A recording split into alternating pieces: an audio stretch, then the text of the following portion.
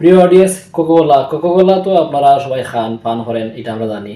আমরা যারা ফেসবুকে আইয়া লম্বা লম্বা স্লোগান দিই, স্ট্যাটাস দেই যে আমরা কোকোকোলাকে বয়কট করলাম বা এই জাতীয় পণ্যগুলো ইসরায়েলি সব বয়কট করলাম, কিন্তু বাজারে গিয়ে দেখেন আপনার এরাই আগে দোকানে অথবা এই হোস্টেলে গিয়া বৈশা বৈশা খাইতেছে, পান করতেছে।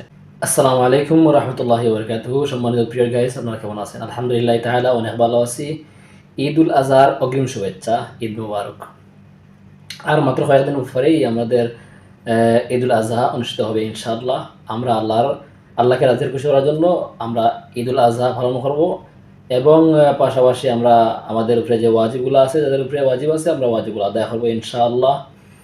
যাই হোক, আমি আমার ব্যক্তিগত আমার পক্ষ থেকে আমি বলতেছি যে আমি এমনিতেই কোকাকোলা বা পেপসি, সেভেন আপ এগুলো একটু কম পান করতাম। এমনিতে আমি পান করতাম না, একটু কম অল্প করতাম, কিন্তু 7 থেকে 8 মাস আগ থেকে আমি একদম টোটালি এগুলা খাওয়া বা পান করা বন্ধ করে দিয়েছি ইনশাআল্লাহ। আমি আমার এই সিদ্ধান্তের উপরে অটল থাকবো। আল্লাহ তাআলা যেন আমাকে এই সিদ্ধান্তের উপর অটল থাকার তৌফিক দান করে।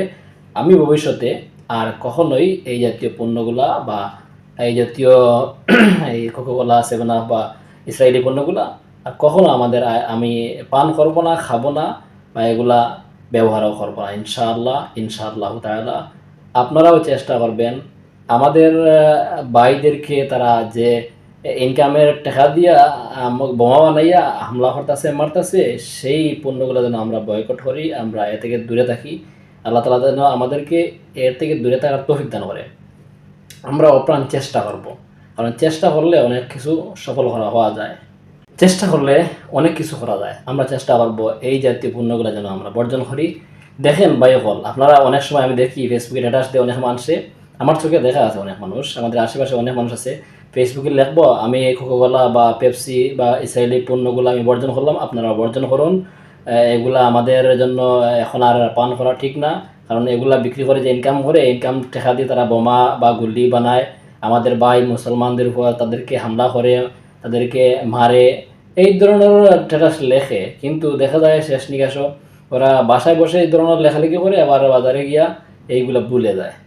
আমরা যেন না বলি, চেষ্টা করবো আমরা আমাদের কথার উপরে অটল থাকা, বা আমরা এগুলা আমাদের ওয়াদার উপরে ওয়াদাবদ্ধ ওয়াদা খেলাফ করা আসলে ঠিক না।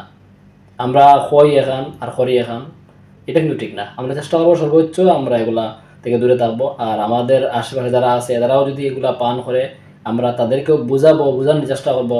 এই কথা খাটাখাটি করি, মারামারি খাটাখাটি এগুলো না, আমরা সরল সহজভাবে তাদেরকে বোঝানোর চেষ্টা করবো যে এগুলো আমরা পান করবো না, কারণ এগুলা বেশিয়া তারা টেকা দিয়ে আমাদের ভাইদেরকে তারা মারতেছে, আমাদের ভাইদের জায়গা জমিন দখল করতেছে।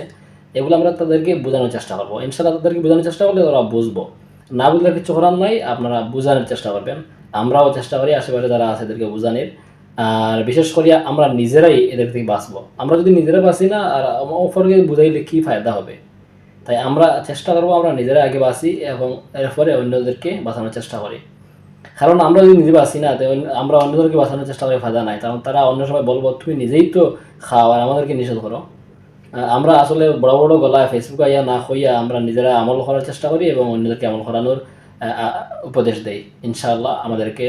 প্রিয় গাইস, ভিডিওটা যদি ন্যূনতম ভালো লাগে আপনাদের কাছে, তাহলে আপনারা একটা লাইক করবেন এবং একটা কমেন্ট করে আপনাদের মতামত জানাবেন। আর অবশ্যই যদি আপনারা ফিলিস্তিনি মুসলমানদেরকে ভালোবাসেন, তাহলে এই ভিডিওটা শেয়ার করে দিবেন। আর অন্যজনকে দেখে তারাও যেন এই পণ্যগুলা বর্জন করে।